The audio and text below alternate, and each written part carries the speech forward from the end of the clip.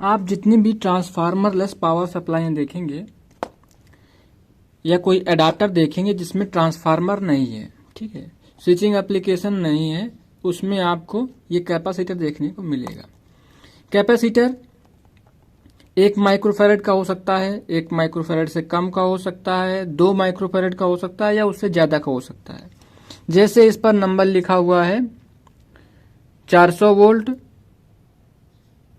225 जे, ठीक है, तो ये हमारा 2.2 माइक्रोफैरड का है। और जैसे इसमें 105 लिखा है, इसमें 185 लिखा है, तो ये हमारा 1.8 माइक्रोफैरड का है, ठीक है। ये 1 माइक्रोफैरड से कम का है, ये 0.68 माइक्रोफैरड का है।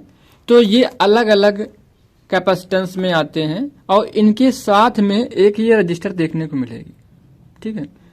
तो आज हम लोग इसी के ऊपर चर्चा करने वाले हैं कि ये रेजिस्टेंस क्यों लगी होती है, क्योंकि हमको बहुत सारे कमेंट्स आए हैं इस टॉपिक को लेकर के कि ये रेजिस्टेंस क्यों लगी होती है, इसका यूज क्या है, अगर इसको ना लगाएं तो क्या होगा, ठीक है, और अगर लगाएं तो किस वैल्यू की लगाएं। ये सब बहुत सारे कमेंट थे कि हम इसमें अगर एक हाई वैल्यू की रेजिस्टेंस लगा देते हैं, हाई वाट की लगा देते हैं तो क्या होगा, तो वो सारी चीजें डिस्कस करेंगे। तो सबसे पहले ये समझ लेते हैं कि ये रेजिस्टेंस आखिरकार सर्किट में लगा क्यों है। तो इसके कई कारण है। इस रेजिस्टेंस को बोलते हैं ब्लीडर रजिस्टर। ये इस कैपेसिटर में स्टोर करंट को डिस्चार्ज करने का काम करता है, जिससे कि हमें बहुत सारे फायदे होते हैं। जैसे हम इस सर्किट को ओपन करते हैं, अगर ये रेजिस्टेंस ना लगी हो तो उस कंडीशन में इस सर्किट को टच करने से हमें एक हाई शॉक लग सकता है, एक्सीडेंटल शॉक लग सकता है, तो उससे बचाता है। और ये कंपोनेंट्स को डैमेज होने से भी बचाता है, ठीक है। ओवर वोल्टेज अक्रॉस कैपेसिटर्स, यानी इन दोनों कैपेसिटर के जो दोनों टर्मिनल्स हैं, इनके बीच में एसी सप्लाई में जुड़े होने की वजह से इसमें आती है वोल्टेज रेटिंग से ऊपर इसमें वोल्टेज ना आए, इसके लिए ये रजिस्टर लगा हुआ है। उससे ऊपर इसको चार्ज ही नहीं होने देगा कि ये रेजिस्टेंस ओवर वोल्टेज से चार्ज हो पाए, ठीक है। तीसरी चीज होती है कैपेसिटर इससे ओवर हीट नहीं होता है, और ये क्या करता है, ये अनवांटेड जो फ्रीक्वेंसी होती है, एसी नॉइज होता है, उसको फिल्टर करने का भी काम करती है ये रेजिस्टेंस, ठीक है। अब बारी आती है कि यहां पर हम कितने वैल्यू का लगाएं। तो इसकी वैल्यू 1 मेगा ओम तक होती है और 100 किलो ओम्स से लेकर के 1 मेगा ओम तक के रेजिस्टेंस का इस्तेमाल होता है। तो हम कहां पर किस वैल्यू का इस्तेमाल करेंगे। जैसे मान लीजिए ये वाली सप्लाई है, इसमें जो कैपेसिटर लगा हुआ है वो लगा हुआ है 624 जे 400, ठीक है। तो यहां पर जो रेजिस्टेंस लगी हुई है ये रेजिस्टेंस है 1 मेगा ओम की, ठीक है, नहीं सॉरी, ये है 470 किलो ओम की। तो ये 470 किलो ओम की रेजिस्टेंस जो है, अगर कहीं पर 624 जे का कैपेसिटर लगा हुआ है तो उसके साथ में 470 किलो ओम की रेजिस्टेंस का इस्तेमाल करेंगे, ठीक है। 185 लगा है तो वहां पर 680 किलो ओम का इस्तेमाल करेंगे। जैसे ये लगा हुआ है 185, तो ये इसके साथ में ये लगी है 684 ये देखो 684, ठीक है। तो ये है 680 किलो ओम, ठीक है। तो अगर 150 या 105 जे के साथ जो कैपेसिटर जो रेजिस्टेंस लगा है उस रेजिस्टेंस की बात करें तो यहां पर रेजिस्टेंस लगेगा 390 किलो ओम का, ठीक है, 390 किलो ओम का रेजिस्टेंस लगेगा। और अगर कहीं 225 जे कैपेसिटर लगा है तो वहां पर जो रेजिस्टेंस लगेगी वो 390 किलो ओम की लगेगी, ठीक है। अगर कहीं 684 जे कैपेसिटर है 400 वोल्ट का, वहां पर 1 मेगा ओम की लगाएंगे। ये अलग अलग रेटिंगें होती हैं, इसका कैलकुलेशन किया जाता है, एक फार्मूले हैं ये। तो ये फार्मूला यहाँ पर जो वोल्टेज रखेंगे 230 वोल्ट रखते हैं, रेजिस्टेंस यहां से जो निकल करके आएगी, और फार्मूला होता है T = R × C। यहाँ पर जो टी है वो डिस्चार्ज टाइम है। डिस्चार्ज टाइम जो है वो 1 सेकेंड से लेकर के 5 सेकेंड के बीच में हो सकता है। और रेजिस्टेंस की वैल्यू यहाँ से हमें मिल जाएगी। कैपेसिटर का जो ये यहाँ पर फार्मूले में जो रखना है वैल्यू वो रखेंगे फैरेड में, ठीक है। और इससे निकालते हैं इसकी वाट। तो अगर इसमें जैसे इस वाले में निकाला हमने R = 4.44 आ रही है, तो यहाँ पर हम हाफ वाट का रेजिस्टेंस लगा देंगे, ठीक है। ये सारी चीजें हैं। अब देख लेते हैं क्रॉस क्वेश्चंस जो आए हैं इससे रिलेटेड। तो हमारा पहला जो क्वेश्चन आया है कि किस बेसिस पर ब्लीडर रजिस्टर की वैल्यू सेलेक्ट की जाती है, ठीक है। तो हमारा जो इसका आंसर होगा ये होगा, ब्लीडर रजिस्टर की जो वैल्यू होती है वो इसकी कैपेसिटेंस और डिजायर डिस्चार्ज टाइम, इसका हम 1 सेकेंड से लेकर के 5 सेकेंड के बीच में रखते हैं। ये हमें सेलेक्ट करना होगा सर्किट के हिसाब से कि हमारा सर्किट जो है वो कितनी कैपेसिटी का है, कितनी पावर डेसिवेशन का है, उस हिसाब से हम डिस्चार्ज टाइम को घटा बढ़ा सकते हैं। अगर ज्यादा वैल्यू का ज्यादा पावर का हमारा कोई सर्किट है तो वहां पर 5 सेकंड लेंगे, कम वैल्यू का है तो 1 सेकंड ले लेंगे, ठीक है। और यहाँ पर जो रेजिस्टेंस का जो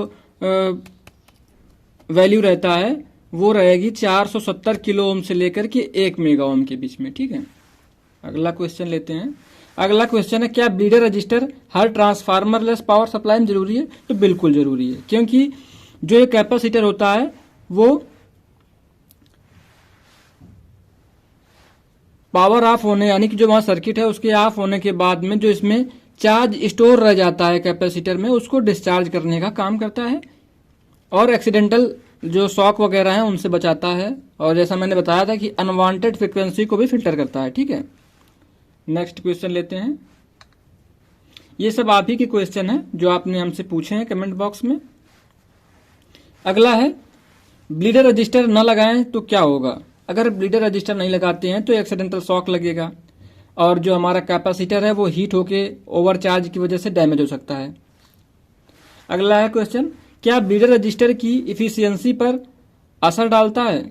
जैसे मान लो इस सर्किट में ब्लीडर रजिस्टर लगा हुआ है तो क्या इस सर्किट में हमारी जो इफिशियंसी है वो कम हो जाएगी? तो बिल्कुल, उसमें से इफिशियंसी कम हो जाती है। इफिशियंसी कम होने का मेन रीजन होता है कि जो ये कैपेसिटर जो चार्ज होता है उस चार्ज को क्या करता है, ये डिस्चार्ज करता रहता है बराबर, ठीक है।